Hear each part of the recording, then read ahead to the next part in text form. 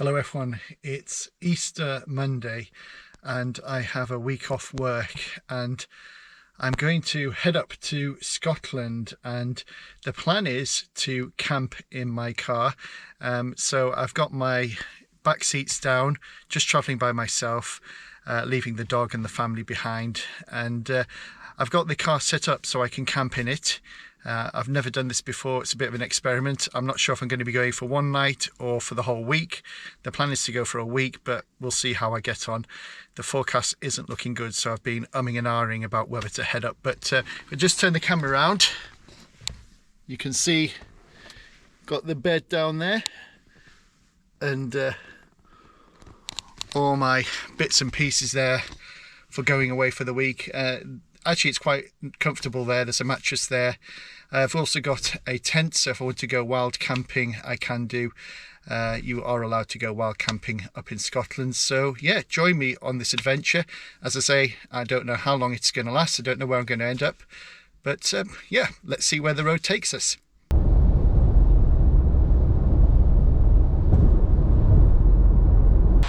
So I was heading north up the motorway and I saw a sign to a lead museum, and I thought I'd take a detour just to have a little look. Unfortunately, the lead museum is closed. I thought it might be open being a bank holiday. But apparently this village at Wanlockhead is the highest village in Scotland. So we're in the borders on the edge of Dumfries and Galloway, or maybe even in Dumfries and Galloway. But this is the highest village in Scotland, and obviously a big industry of lead mining in the past. Unfortunately, as I say, it's all closed, but you can see behind me the mine entrance. So I thought I'd just go and have a little explore of the village and see what there is to look, and yeah, have a little mooch around.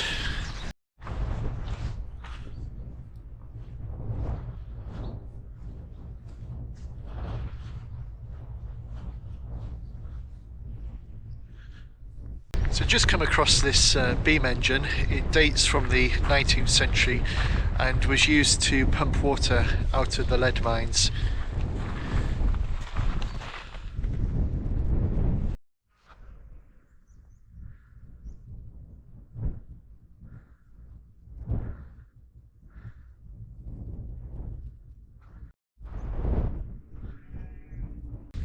So behind me we've got the remains of an atmospheric pumping station here on the lead mines.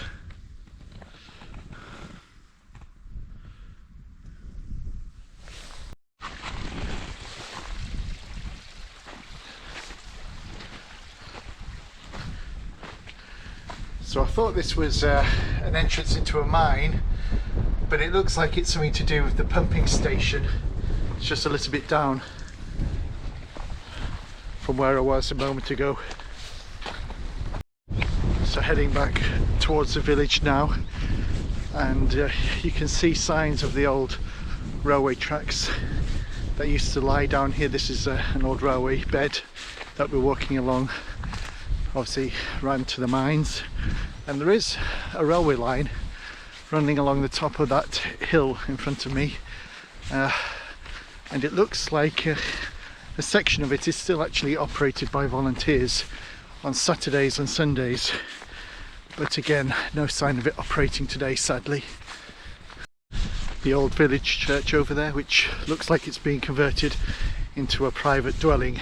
So I just stopped to look at this narrow gauge railway. I think it's called the Lead Hills Railway, obviously connected to the lead mining industry here, and it's apparently Britain's highest adhesion railway line. So the summit where I am at the moment is 1,498 feet above sea level.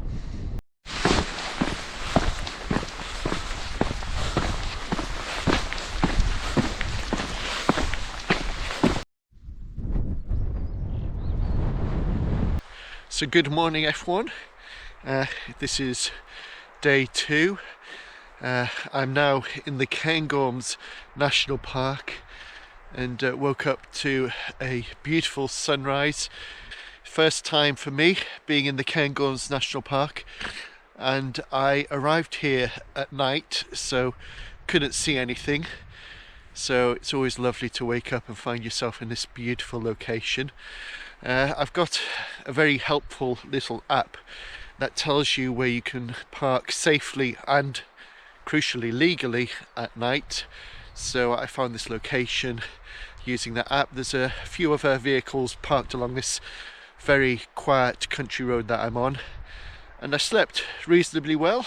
Woke up a few times, but yeah, it's been quite a good night, and the plan is to head up to Inverness today, and then hopefully beyond Inverness. Weather at the moment's reasonable, although I can feel some rain, so we'll see what happens with the rest of the day. But yeah, welcome to the Cairngorms National Park.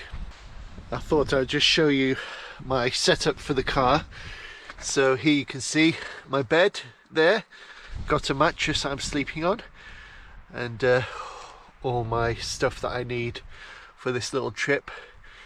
So it works pretty well. I can stretch out in the back of the car, there's plenty of space, and obviously the key thing with camping in a car is to make sure that you leave no traces, so take all your rubbish away with you and so forth. So in a few minutes when I leave, no one should know that I've been here for the night.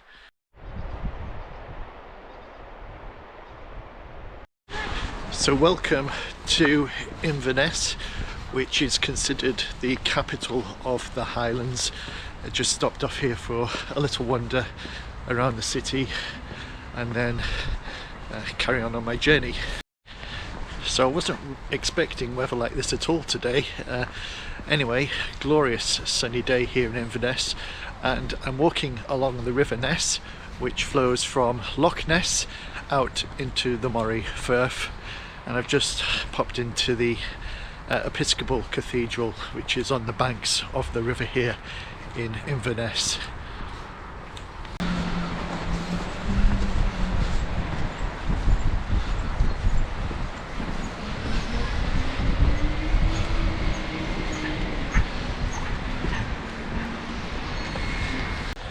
So here I am on Culloden Battlefield, where on the 16th of April 1746 Bonnie Prince Charlie and the Jacobites met the Duke of Cumberland's army and were roundly defeated.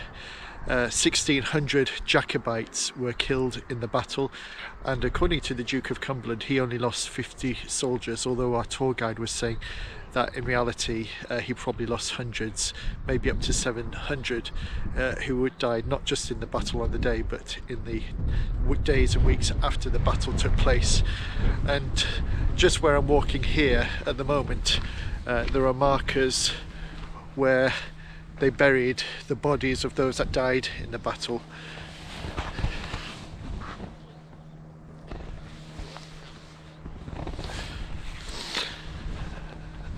They don't exactly know who's buried in there, and the markers have the clan names, but the reality is that could have been anyone's bodies put in there. But this was the last major battle on British soil. So the Battle of Culloden is often, in many people's minds, depicted as a battle between the English and the Scottish, but in actual fact there were clans fighting on both sides of this battle. So there were those that supported the Jacobite cause, but there were those who opposed it as well. So in many ways it's probably better to be described as a civil war. One of the reasons the Jacobites were defeated here is that they were greatly outnumbered by the Duke of Cumberland's soldiers, who were better resourced, better equipped, better fed, and Bonnie Prince Charlie had a plan to try and attack the Duke of Cumberland's soldiers when they were resting. They had a rest day to celebrate his birthday, and they were going to come and surprise him by night, but in the night march that the Jacobite army did, they lost their way, or so the army when they arrived was much depleted, but also they were tired, they were hungry, and they were under-resourced. And also the land, the part of the battlefield they were on was very boggy, so many of them got stuck in the bog. so they were greatly outnumbered, and that's why they suffered such a devastating loss here in this location. And again, the guide was saying that the Jacobites were only surviving on one oat biscuit a day, and the weather when they fought the battle was incredibly cold. There was snow on the ground, so the army were weak, were tired. They'd lost a lot of their army as they marched north from England. Many of the supporters sort of drifted away, they went back to their own homes, so by the time they came here, I think there was only about 3,000 soldiers or so on the Jacobite side, with I think around 8,000 on the Duke of Cumberland's side. And behind me are blue flags. These blue flags mark the Jacobite line, so this is where the Jacobite lined up to face the Duke of Cumberland, and on the other side, you can't see it there, there were red flags indicating where the Duke of Cumberland's soldiers were. So part of the battlefield was enclosed by walled enclosures, and the government troops knocked gaps in the wall to allow their troops and their cavalry to sneak around behind the Jacobite lines so they could attack the Jacobite lines from the rear, and also to fire with devastating effect on the retreating Jacobites. And National Trust for Scotland have restored or rebuilt part of the wall to show what it would have looked like, although the original wall would have been much higher, so they used this wall to ambush the retreating Jacobites. So today the battlefield is a very peaceful location. You can hear the birds singing, but it's hard to imagine what it must have been like on that day when they were fighting. A brutal scene. So my tour of the Culloden Battlefield is coming to an end. I'm going to move on to my next destination, but just reading a notice board where it said that historians believe that up to 700 Jacobites were killed or wounded within the first few minutes of the battle, which just gives you a sense of the scale of the fighting and the how bloody and violent it must have been. So here I am at Urquhart Castle on the shores of Loch Ness. Loch Ness, of course, famous for being the home of the Nessie.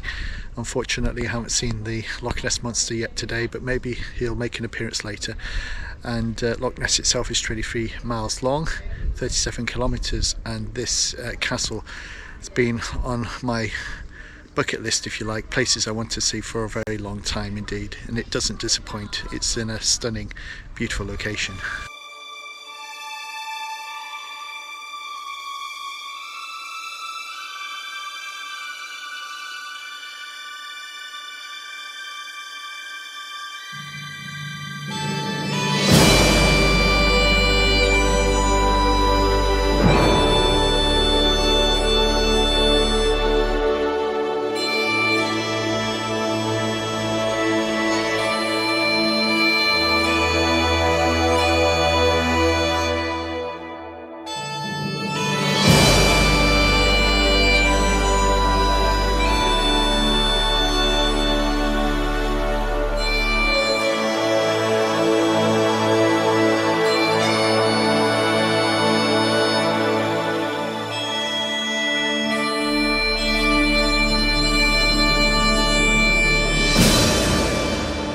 So I've come across this amazing ruined castle in a spectacular location. This castle is called Castle Sinclair, and the great thing about it is it's free to go into.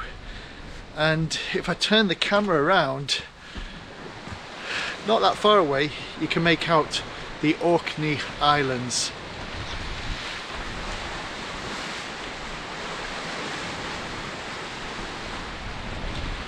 Stunning location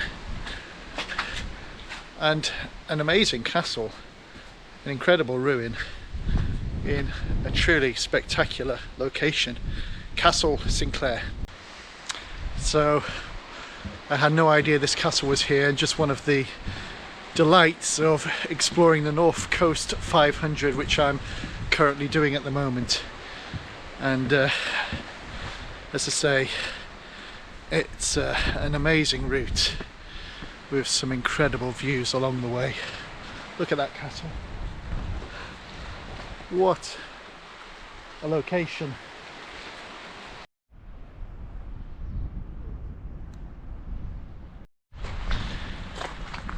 So finally made it to John O'Groats. Wanted to get here before sunset because the forecast tomorrow is not looking good.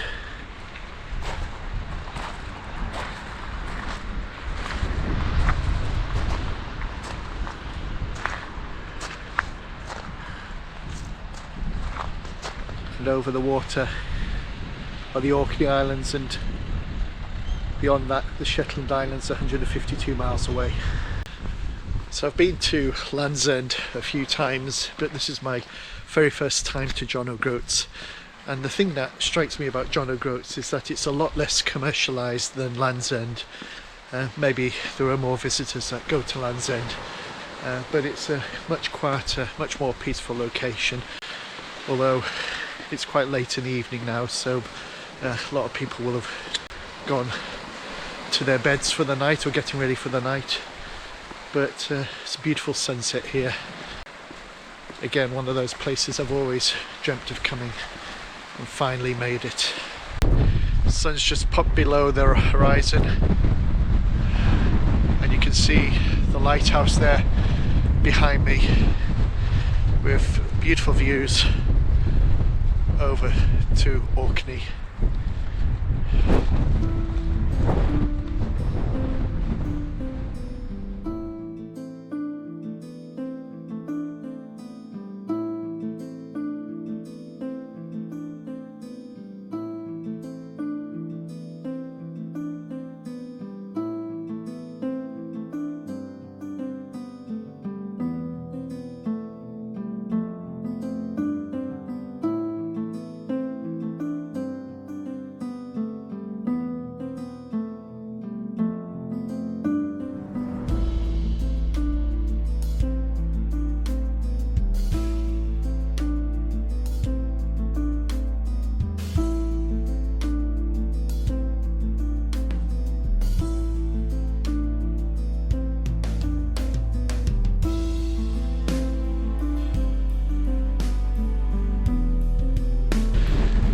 So this location on Dunnnet Head used to be a very important location during the Second World War, as it was used as a military observation post and radar station overlooking the Pentland Firth, and just across the water from me is the entrance to Scapa Flow. Scapa Flow was a very important deep water anchorage for the Royal Navy during the Second World War and also during the First World War as well.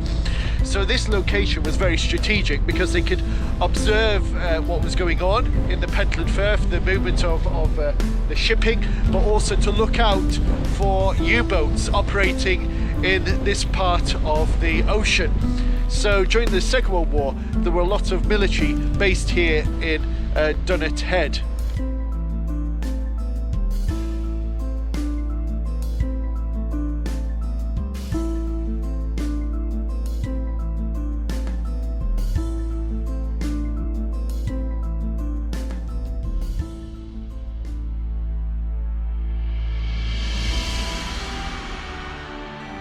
So I keep finding myself stopping as I drive along the coast just to look at places along the way and just come across this most beautiful beach in a lovely little former crofting village.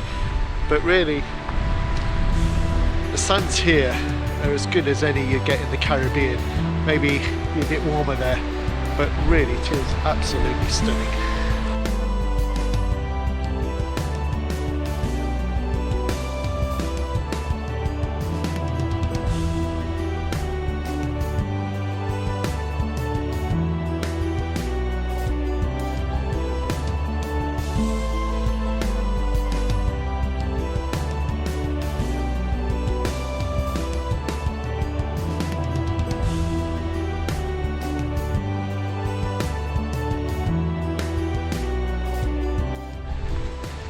Can you imagine what it must have been like to live in this little cottage on the moors?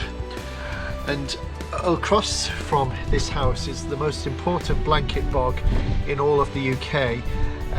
It's been forming since the last ice age, so over 11,000 years, and it holds the same amount of carbon as all of the UK's forests 3 times over, so it's one of the most important carbon stores in the whole of the UK. So really important for our environment. There's a cottage. Seen better days.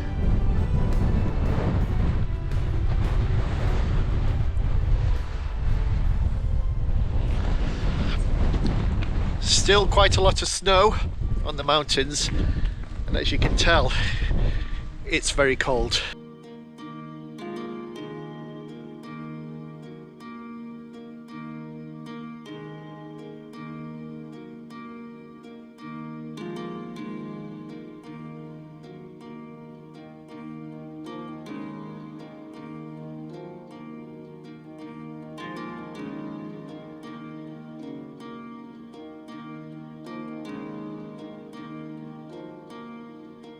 One of the highly recommended things to see on the North Coast 500 is the Smoo Cave. I think that might have some origins with the word smugglers, but anyway, the Smoo Cave, and you can access it for free, although there are boat tours that take you in, so apparently part of the cave is flooded, and to access some of the inner chambers you need to go on a boat tour, and the boat tour currently for adults costs £10, but they only take cash because they don't have any mobile signal here, so they can't take credit cards. Unfortunately, I've arrived too late for the boat tour and don't have any cash on me anyway, so that wouldn't have helped. But if you are doing the North Coast 500 and you come to the Smoo Cave, I do recommend taking that tour, because that will give you access to the inner caverns, which you won't be able to access or otherwise. But it's definitely worth stopping. Beautiful little location, and you can see why this location has been used for hundreds and hundreds of years, and probably used as a smuggling spot as well.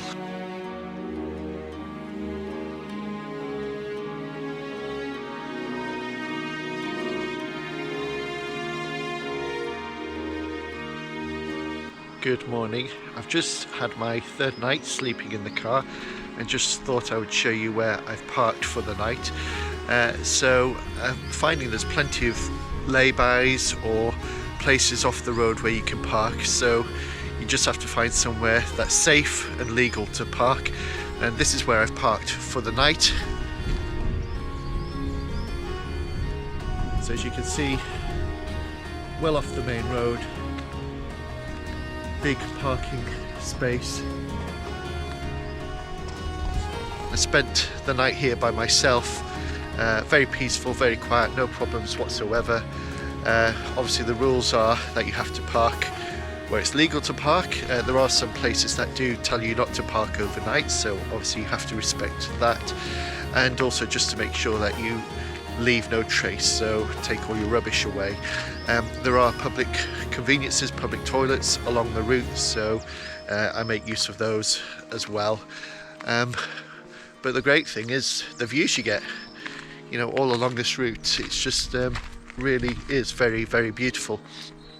So today, heading down to Ullapool and beyond, and just just see how far I get. And that's the great thing about sleeping in your car or wild camping, which again is legal in Scotland. You can just go where you feel and explore, and I think today's going to be quite a good day weather-wise. Yeah, so another beautiful day here in Scotland.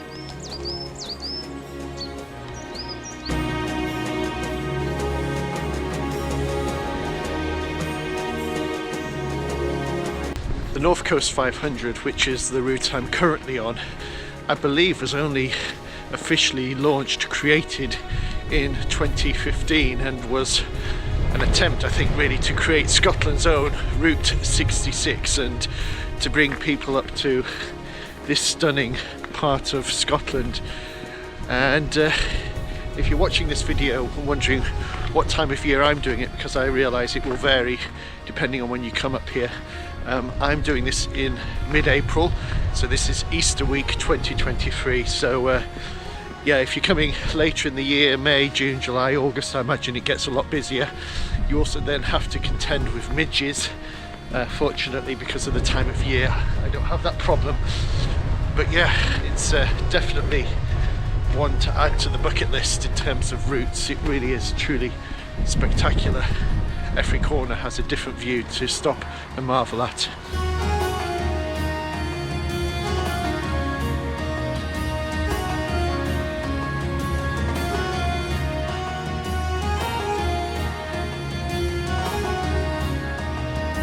So behind me we have the old Man of Stoer, which is a popular climbing route.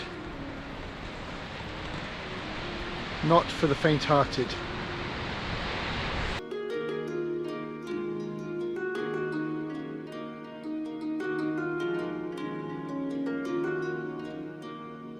So behind me we have Ardvreck Castle. Not sure if I pronounced that correctly, but it was constructed in 1490, abandoned in the 18th century, and now makes for this very romantic, beautiful ruin.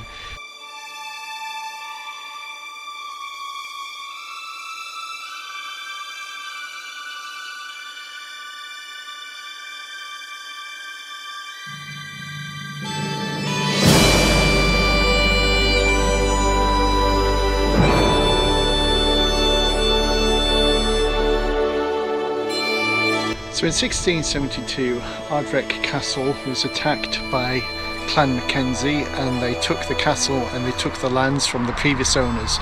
And then in 1726, they decided to build a more modern manor house a short way up the lake shore. So this is the manor house that they constructed. Unfortunately, just after 10 years of building it, it burnt down in a fire. I don't know if they rebuilt it after that. But this manor house stands a short distance from the castle.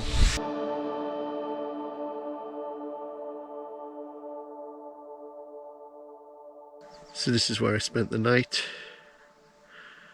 and I wake up to discover that there has been some fresh snow on the tops of the mountains during the night.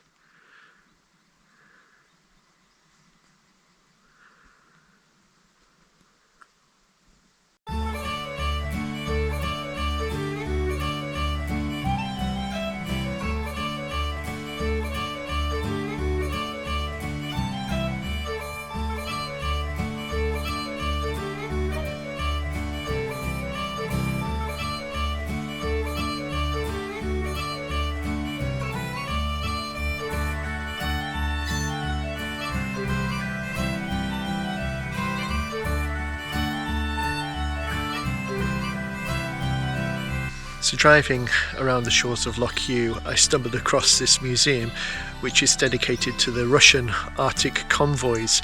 I didn't know anything about this museum, but it tells about the history of the Arctic convoys that actually left from Loch and went all the way up to Archangel in Russia. So if you're doing the North Coast 500, do pop into the museum. It's £6 for adults to get in, but really interesting history and some really informative volunteers there who are very happy to share with you about the history of the Arctic convoys, so do check it out. So the reason that Loch was used as a base for the Arctic convoys to depart from is that it's both quite a deep loch, but also the entrance is very narrow, so it was easily defendable. They put, actually in the First World War, they put a submarine net to prevent submarines getting into the loch. Also, its position, north facing, means that it's sheltered from the worst of the southwesterly storms that affect this area. Today it's a very peaceful location, and it's hard to imagine all the ships that would have been gathering here in this loch to make that long, perilous journey all the way to Russia to deliver essential military supplies during the war.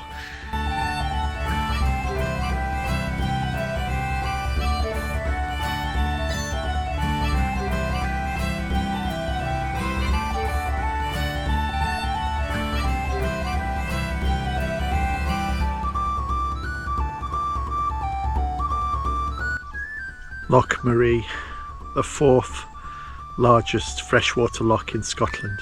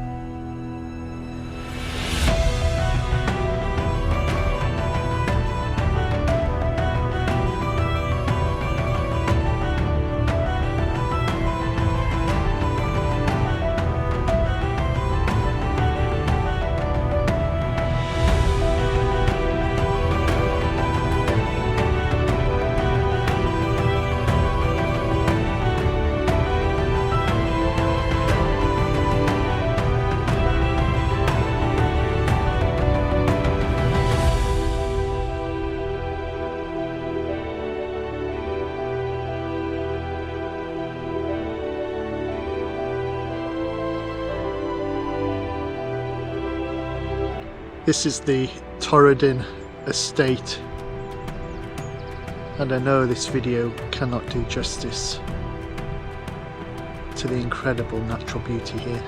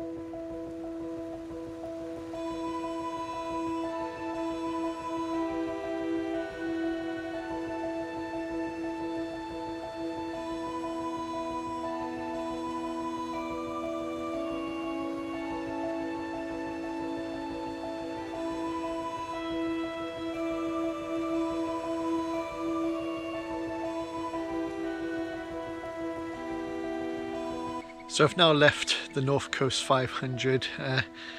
The route would have taken me back to Inverness, so I detoured and I'm now on the Isle of Skye, and the plan is to just spend a day or so just exploring the Isle of Skye. So welcome to the Isle of Skye.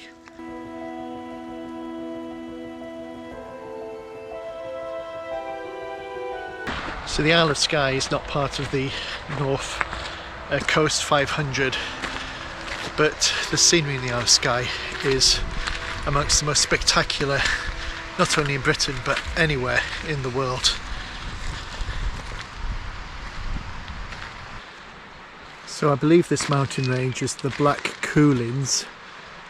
These are considered some of the best ridge walking, mountaineering in the whole of the UK, and it is proper alpine climbing.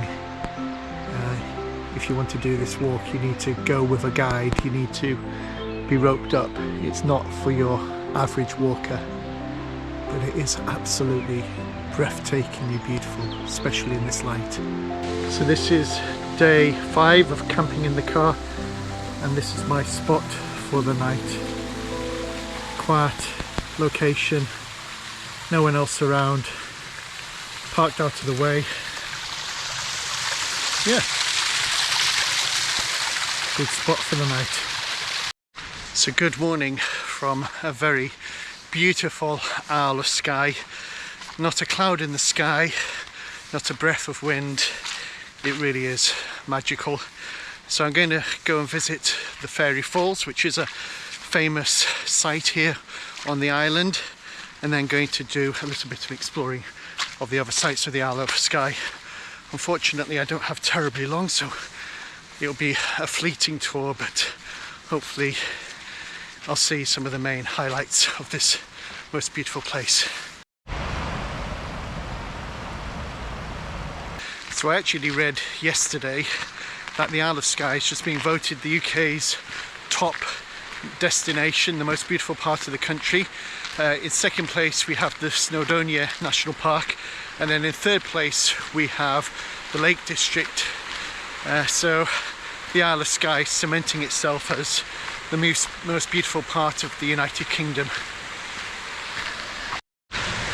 I read online that if you're coming to the fairy pools, it's good to get here early to avoid the crowds. Well, I'm here in mid-April, and it may be that the crowds aren't so busy at this time of the year, but I wish I'd come later in the afternoon, because the way the sun is rising, certainly at this time of the year, for the best photos of the fairy falls it would be better to come in the afternoon, early evening, because the light would be in the right direction. Unfortunately, although this is a beautiful walk, it's very hard to actually see the falls or take good photos of the falls with the Couleans in the backdrop. But having said that, the path itself up is very easy to walk, and definitely worth doing, and you do get spectacular views.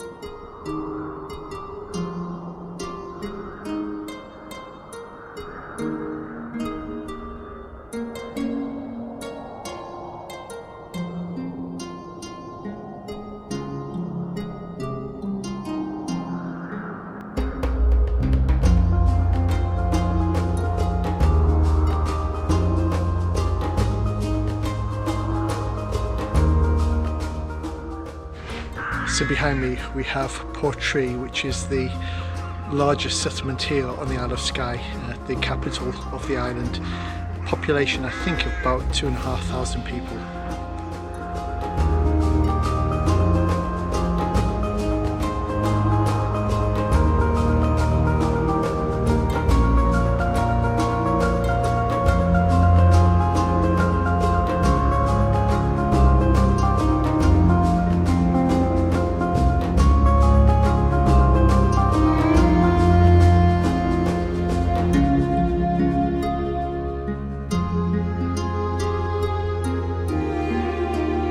So I'm climbing up to the Storr, which is again one of the famous landmarks here on the Isle of Skye. Some of you may also recognise it from the film Prometheus, where they filmed the opening scenes of that film here. Anyway, I'm just heading up there now.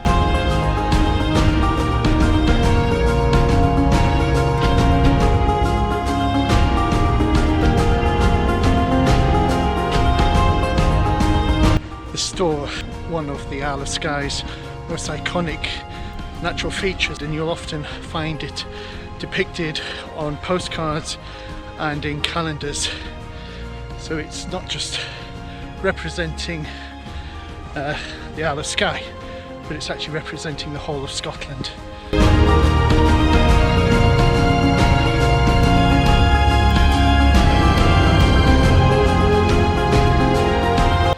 That's the Isle of Raasay, and the water between us is the sound of Raasay, and then the inner sound the other side, and in the distance, maybe a bit difficult to see with the glare of the sun, are the Cuillins.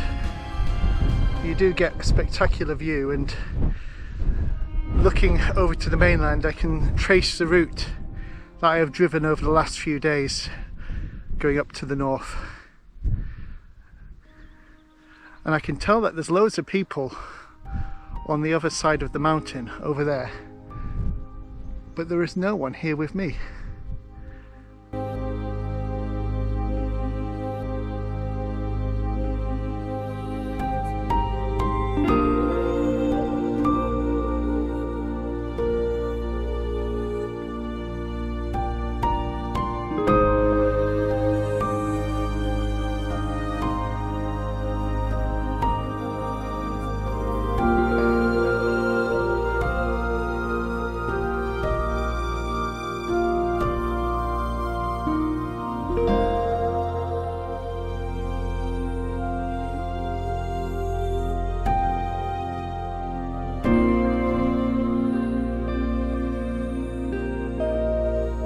Good morning everyone. This is my final day here in Scotland. I'll soon be making my way home later today, but just wanted to show you the view that I've woken up to. So this is the view looking out of the car. It's pretty good, isn't it? I wouldn't mind waking up to a view like that every single day. Yeah, it's been an amazing week. I've really enjoyed it.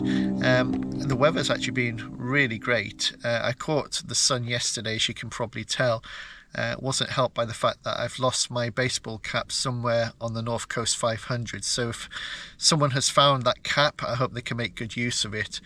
If you're thinking about doing this trip, then I certainly highly recommend it. I must admit, I organised this with relatively little planning. I just knew I had time off. Never camped in my car before, but that's actually worked out really well, and would certainly think of doing that again. It's definitely a cheaper way of doing it. You just have to, obviously, as I said several times, be mindful of where you park at night, but I've had no problems at all finding places to park. I've had no issues with people. You've obviously just got to park where it's safe to do so and where it's legal to do so, and you do find lots of places on the route where it asks you not to park overnight, so you obviously have to respect that. There are also lots of official campsites and other places you can park. That obviously has the advantage of having facilities and so forth. So if you're planning to do this trip in the summer, I think I might be more inclined to sort of suggest people try and use the official parking spots. That might just make life a little bit simpler, but it's been a really wonderful trip. The North Coast 500 itself is really well marked. It's very easy to follow, and it's an amazing trip to do. I think I've seen camper vans come along this route, so it's not particularly difficult to drive, but it is amazing. And the great thing about doing this by myself is I've been able to go at my own pace, visit places I've wanted to go to, stop when I've wanted to stop, and I've stopped a lot, taking photos, filming. I mean, each corner you go around, there's a new view to take in. And coming over to Skye wasn't part of the original plan, but it's been really fantastic. Would love to spend a little bit longer here in Skye, but it's surprising how much you can see and do within a day or two.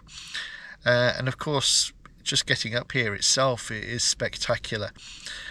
So yeah, lots of information out there online for those who are thinking of doing the North Coast 500, or even just touring around Scotland. I mean, the North Coast 500 is a relatively new route, but to be fair, you know, touring all around Scotland is such a beautiful country. Lots and lots of places to go to and lots of places to explore. And I suppose the disadvantage of places like the North Coast 500 is, as it becomes better known, it becomes increasingly busy and popular. But there are other areas of Scotland not on this route that are just as beautiful. And I definitely want to come back to this part of Scotland again in the very near future. I'd love to do some island hopping. Again, I might need to plan that a bit more because I think you have to be a bit more mindful about parking and facilities and all that sort of stuff when you're on the islands, particularly if you're doing it in the summer months. But yeah, it's been a wonderful, amazing trip. I've had a great time. Yeah, if you're thinking of doing it, definitely highly recommend it. We're very blessed, very fortunate to live in a beautiful country with some of the most beautiful scenery anywhere in the world, and Scotland's scenery really is first class. If you've been watching my videos, you know I live close to the Lake District, grew up in the Lake District, love the Lake District, but Scotland just beats the Lake District hands down, I'm afraid. The scale of the scenery, the breadth of the scenery, the wildlife here, you just can't compare. You really can't. Where Scotland does fall down in the summer is it has the midges, especially on the west coast. That's something I've not had to deal with because of the time that I'm doing this trip. But if you do come in the summer, be aware of that. The midges can be an absolute nightmare. But yes, it's been wonderful. And although I'm sad to be leaving, I've got a wonderful 6-hour drive through Scotland, which is a beautiful journey in itself. So part of the adventure as well. So I've just stopped off at Lochalash. This is where you used to get the car ferry across to the Isle of Skye until they built the car bridge, the road bridge, to the Isle of Skye, so you don't need to get a ferry anymore, although there are ferry routes available. But Lochalash also has one of the most attractive railway stations, I think, in the UK, with the train literally stopping just feet away from the water's edge. And just want to come down and have a look at it because it really is a beautiful little spot. And Lochalash is an interesting place to stop for a short while. I suspect nowadays most people just drive straight through it and head straight over the bridge to the Isle of Skye, but it is worth spending some time looking around. And look at this for a destination location for the train.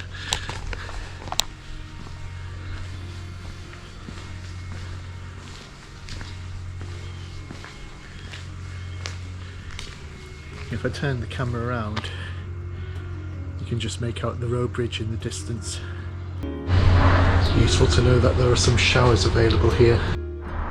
So we get a good view just leaving Lochalash over the Isle of Skye.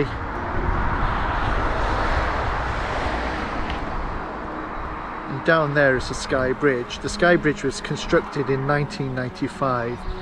And when it was constructed, it was very controversial, and still is controversial, because many people felt that the Isle of Skye is no longer a true island because it is now linked to the mainland by a road bridge. And there were many who were opposed to its building. The first time I came to the Isle of Skye, which was a long time ago, we had to cross small car ferry from that location, and that was how everyone used to get to the Isle of Skye. There are other ways to get to the Isle of Skye by boat, but I suspect the majority now go via that road bridge, which is certainly quick and convenient. So I'm making my way home very slowly, but one of the places I wanted to stop at was this castle, which is one of the most iconic in Scotland, and it's called Eilean Donan. And it's a very famous castle.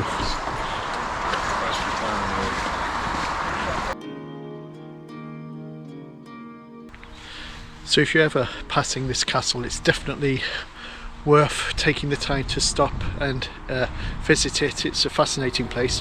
What I hadn't appreciated is that it was a ruin for over 200 years and was restored at the turn of the 20th century. It took 20 years to restore, and the restoration was completed, I think it was said 1932. The other thing I didn't realise is that the island it's built on originally was home to a Christian saint, and the original castle, the medieval castle, was actually larger than the present day castle, and you can see the footprint of the old castle, the walls that used to encompass pretty much the entirety of this small island. But it's considered one of the most romantic and beautiful of Scotland's castles. And again, if you see pictures of Scotland or calendars, this castle often features.